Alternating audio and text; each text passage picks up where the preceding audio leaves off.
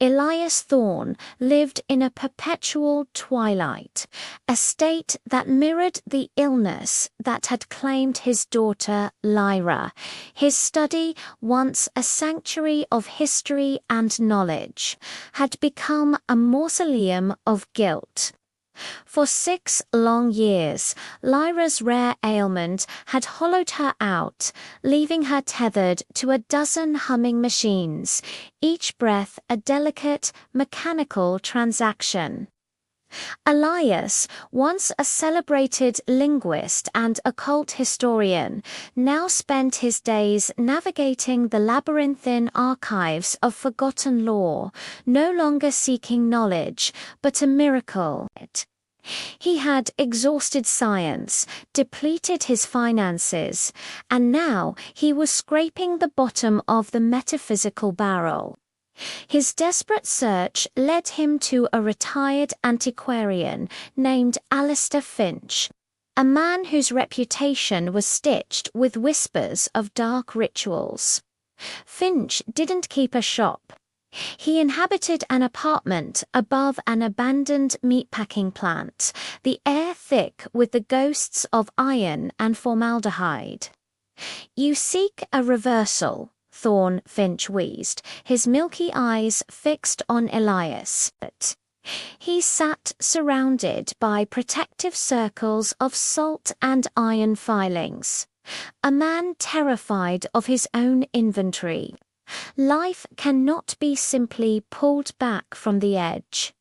It must be balanced. For Lyra to gain 6 years, 6 years must be stolen. Elias felt the air drain from his lungs. Stolen from whom?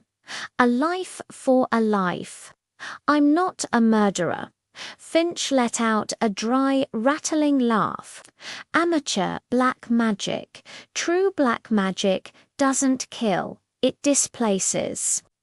It transfers the vigor of one soul to another through the intentional doing of evil. It is the serpent's, not thorn. Once you tie it, you can't unravel it." Finch gestured to a package wrapped in heavy oilskin cloth. "The Livre de l'Ombre," he announced. "The Book of Shadow. It contains the schema for the Great Transference. Every page is a sin, and every paragraph a payment." Elias hesitated, then saw his daughter's pale, beloved face in his mind. His hand reached out. "The price?" he asked. Finch didn't name a number. "The price is simplicity. You must be successful. Failure means the transference backfires. The illness returns, accelerated, and the debt is paid by you, or worse, Lyra." Back in his study, Elias unwrapped the Livre de l'Ombre.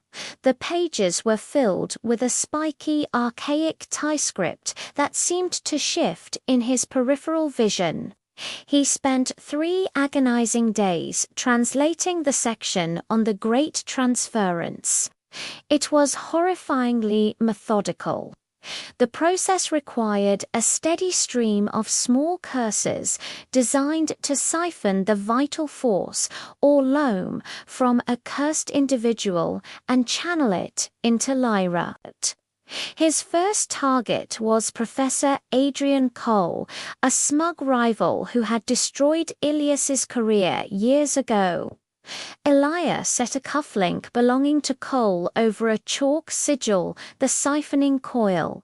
He chanted the Thai syllables, his voice shaking, feeling utterly ridiculous and utterly terrified. As he finished, the cufflink vibrated and the air grew cold. The next morning, Lyra's nurse called, "Mr. Thorne." Lyra was awake for 15 minutes. She asked for water. "Her vital signs are improved." A wave of dizzying relief, mixed with nauseating self-loathing, crashed over Elias. It had worked. That afternoon, he read that Professor Cole had suffered a minor stroke-like episode. He couldn't recall his own published work, the very paper that had ruined Elias. The curse hadn't killed him. It had simply stolen a significant piece of his loan. The Serpent's knot was tied. But the initial boost faded. Lyra's path to a full recovery required a far greater price. Whispers began then, subtle at first, like static hums, urging him on. He couldn't stop. Lyra's eyes had opened. She had squeezed his hand. That single returned connection was a drug far more potent than any fear of damnation. His next target was Silas Rourke, a corrupt property magnate whose greed had indirectly harmed Lyra's care. The spell, the fissure of trust, was designed to create absolute, self-devouring paranoia. The ritual was more elaborate, requiring 3 nights of preparation and a mixture of his own blood and ink from the Livre.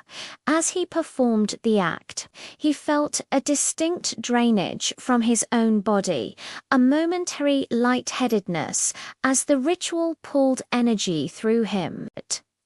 The voices in his head intensified, low, sibilant whispers. More. You are worthy. Feed the vessel. 2 weeks later, Rourke was in the news, spiraling into paranoia, his business empire collapsing. And Lyra was sitting up in bed, the machine's fewer. She even laughed once, a thin, clear sound that pierced the darkness of Elias's existence. But the price was exacting. Elias was constantly tired, and his dreams were now filled with the cold, coiled image of a vast, unseen serpent. He wasn't just using black magic, he was cultivating it. The evil he spread was being collected, refined, and used to rebuild his daughter. Lyra's progress plateaued again. The book was clear. A full cure required a final, monumental act. The Livre pointed to a potent curse, the grand paralysis, which would steal the collective ability of the city council to make moral decisions, turning them into a panicked, self-serving mob. Elias saw it as justice hurting those who had cut Lyra's funding while completing her cure. The ritual demanded a space of power. The book guided him to an old, abandoned courthouse. On the night of the ritual, he drew a massive, 7-pointed sigil of a coiled snake. The voices were no longer whispers, but a collective hiss emanating from the cement itself. Closer, the final offering. As he began the final guttural chant, a new voice cut through the hiss-resonant, ancient baritone that shook the very foundations of the building. Stop, conduit. From the shadows, something uncoiled. It was not a snake of flesh, but of pure, condensed shadow. It was immense, a creature of midnight with eyes like burning embers. It was the serpent, Phaya Ngú, finally manifesting. The grand paralysis is tedious, it hissed. We prefer purity. Your daughter is nearing completion, a flawless vessel of stolen life. But for the final, eternal cure, the price is simple and absolute. The serpent's gaze shifted to a bolt of silk in the center of the sigil, taken from Lyra's favorite dress. The ultimate maleficium is betrayal.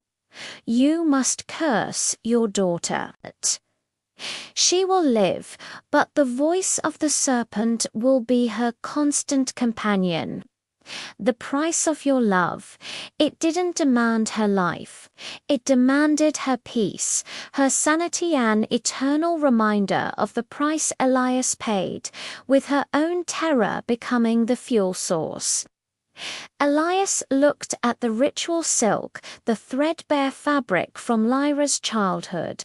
He could not, would not condemn her to a lifetime of his guilt. In a moment of terrifying clarity, he realized the serpent's knot was a trap. If power could be transferred, then so could the debt. With a final, agonizing gasp, Elias inverted the chant. He redirected the energy flow. He didn't aim the curse at the city council or at Lyra. He aimed the entirety of the grand paralysis, all the shadow weight he had generated, directly into the Livre itself. He screamed the final word, not to curse, but to bind. The serpent roared, a sound like grinding stone and shattering glass. The energy transfer was catastrophic. Elias felt every bit of evil he had created crash back into him as the black candles exploded. The Livre de l'Ombre slammed shut, its binding turning to brittle ash. Elias collapsed, his vision blurring. He felt the sickening reversal. Lyra's stolen health remained with her, but the debt was now his. He was the new, permanent receptacle for the serpent's slow, agonizing feeding. When Elias woke, he stumbled home. He looked in the mirror, and his reflection seemed subtly out of sync. He rushed to Lyra's room. She was sitting up, reading a book, the machines gone. The degenerative illness had vanished. The transference was complete. "Dad," she whispered. Elias stood frozen, keenly aware of the new voices. He now carried the constant hissing of the serpent's essence, the frantic, cycling memories of his victims. He had secured her life, but he had secured his own damnation, tying the serpent's knot around his own soul.